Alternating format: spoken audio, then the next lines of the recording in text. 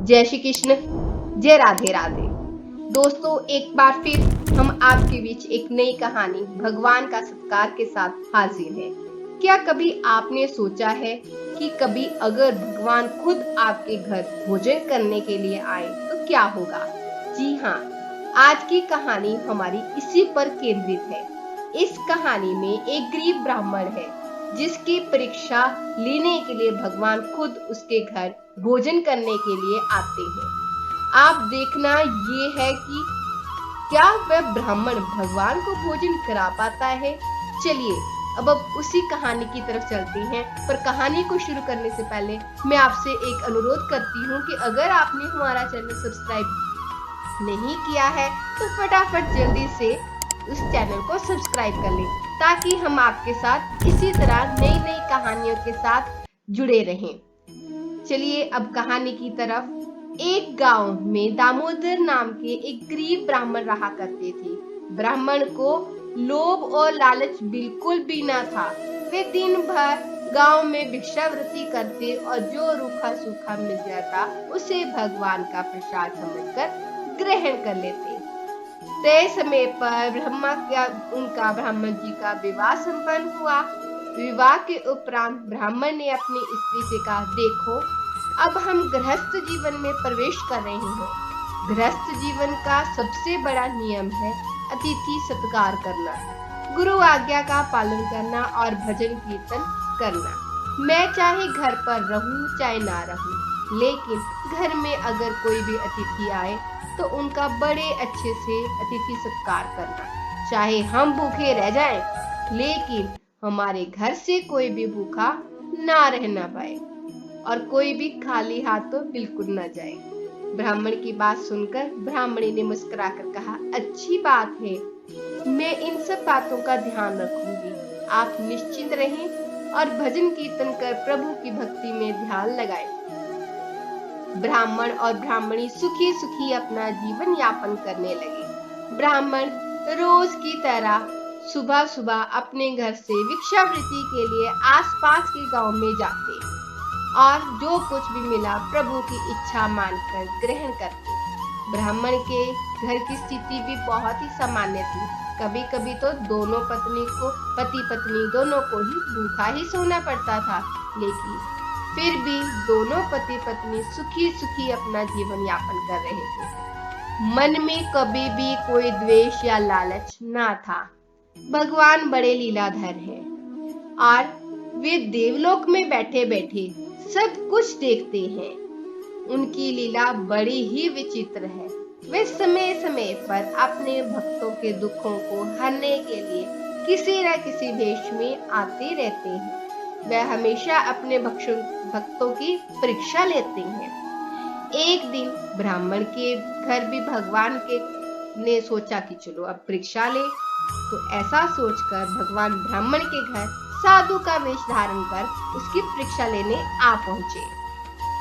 तो ब्राह्मण का वेश धारण किए भगवान घर के बाहर बने चबूतरे पर बैठे और भिक्षा के लिए आवाज लगाई।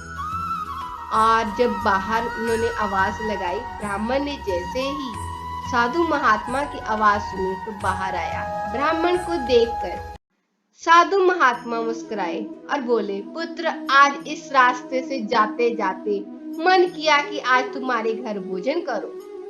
ब्राह्मण ने प्रसन्नता पूर्वक साधु महात्मा को नमन किया और बोला, महाराज, बड़ी अच्छी और प्रसन्नता की बात है, आज आप हमारे घर भोजन करने पधारे, आइए भीतर आइए। और इतना कहकर ब्राह्मण साधु महात्मा को अंदर घर के भीतर ले आए और बिछौना बिछाकर विश्राम के लिए निवेदन किया। और देव योग से उस दिन ब्राह्मण को भिक्षा में एक भी दाना न मिला था कि उसने रसोई में जाकर देखा कि रसोई में अन्न का एक दाना भी ना था। ब्राह्मण ने सोचा, अब क्या करें, आज तो भिक्षा में कुछ भी नहीं मिला, हम तो भूखे हैं, हम तो भूखे ही रहेंगे, हम तो रह भी सकते हैं, लेकिन अतिथि को भूखा कैसे जाने दें। घर में फटे पुराने कपड़े और बर्तनों के अलावा कोई भी सामग्री नहीं है। ब्राह्मण ने अपनी स्त्री से कहा कि आज हमारे घर में अतिथि भूखा ही चला जाएगा। आज तक भगवान की जो भी भक्ति की है उसका मोल ना रह जाएगा। ब्राह्मण की पत्नी ने कहा, आप घबराते क्यों हैं? कुछ न कुछ जतन तो होगा ही। पत्नी की बात सुनकर ब्राह्मण ने ब्राह्मणी से पूछा, तेरे पास कोई गहना है? ब्राह्मणी बोली, गहना तो नहीं है और कपड़े भी फटे पुराने हैं। पत्नी की बात सुनकर ब्राह्मण तो फिर अतिथि सत्कार कैसे करेंगे? ब्राह्मणी बोली, आप नाई की दुकान से कैंची ले आओ। ब्राह्मण नाई की दुकान से कैंची ले आया। ब्राह्मणी ने अपने सर के केश अंदर अंदर से काट लिए और बाहर से केश बांध दिए और अपने केश ब्राह्मण को देकर ब्राह्मणी बोली, आप बाजार में जाकर ये केश बेच लाओ और इनसे जो भी रुपए मिले उनसे दाल चावल लेते आना। ब्राह्मण बाजार गया, केश बेचकर बाजार से दाल चावल ले आया। दोनों पति पत्नी ने बड़े आदर भाव से साधु महाराज को भोजन कराया। साधु महाराज ने भी भोजन किया।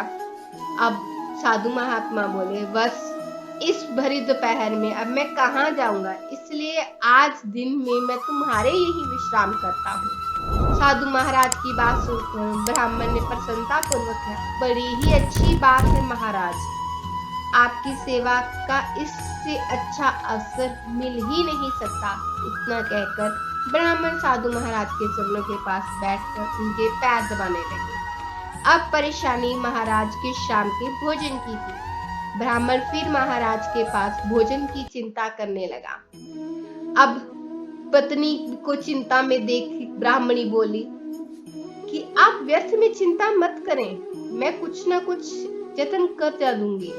तो शाम को ब्राह्मणी ने अपने सर के बचे हुए केश भी काट डाले और कहा, जाके दाल चावल खरीद लाना।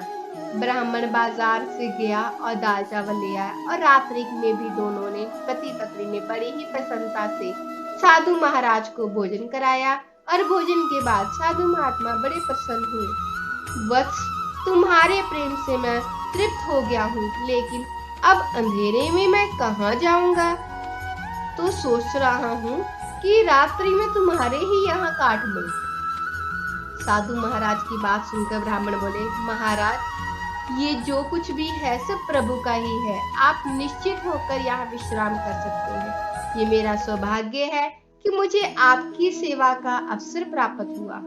इतना कहकर दोनों पति पत्नी साधु महात्मा के चरणों में बैठ गए और साधु महात्मा के सो जाने के बाद वो भी महात्मा के चरणों में दोनों के पति पत्नी भी आपस में आराम से पैर दबाते हुए सो जाते हैं। और जब दोनों पति पत्नी सो गए तब बाबा जी जाग बैठे और उन्होंने ब्राह्मण को आशीर्वाद दिया कि तुम्हारे सारे दुख दर्द दूर हो जाए, तुम्हारी पत्नी के केश भी लौट आए और धन धान्य से घर भर जाए। इतना कहकर साधु महात्मा अंतर्ध्यान हो गए। सुबह जब ब्राह्मण और ब्राह्मणी उठे, उन्होंने देखा कि उनके कपड़े बिल्कुल नए हो गए हैं, ब्राह्मणी के केश भी वापस आ गए हैं।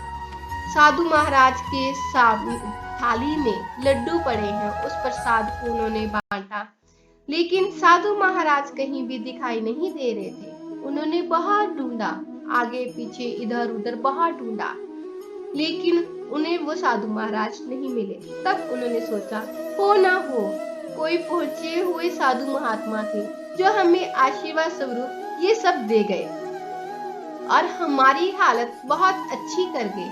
ब्राह्मण ने जब अपने घर को देखा तो फिर रोने लगा कि कहने लगा, महाराज हमने आपको पहचाना नहीं, कहीं हमसे महाराज की सेवा में कोई कमी तो नहीं रह गई? हम अनजान थे महाराज, हमें क्षमा करो।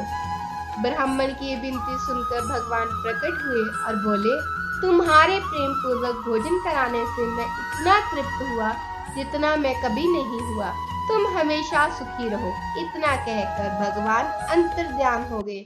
इसीलिए कहते हैं मेहमान में भगवान का वास होता है। जय श्री कृष्ण, जय राधे राधे। और भक्तों, इस चैनल को सब्सक्राइब और इस वीडियो को लाइक और शेयर करना मत भूलें और अपनी राय कमेंट बॉक्स में जरूर दें। आपकी राय को हम हमेशा अपनाएंगे। और आपका कीमती समय लेने के लिए धन्यवाद। सदा खुश रहे, बांके बिहारी की कृपा हमेशा आप पर बनी रहे। जय श्री कृष्ण, जय राधे राधे।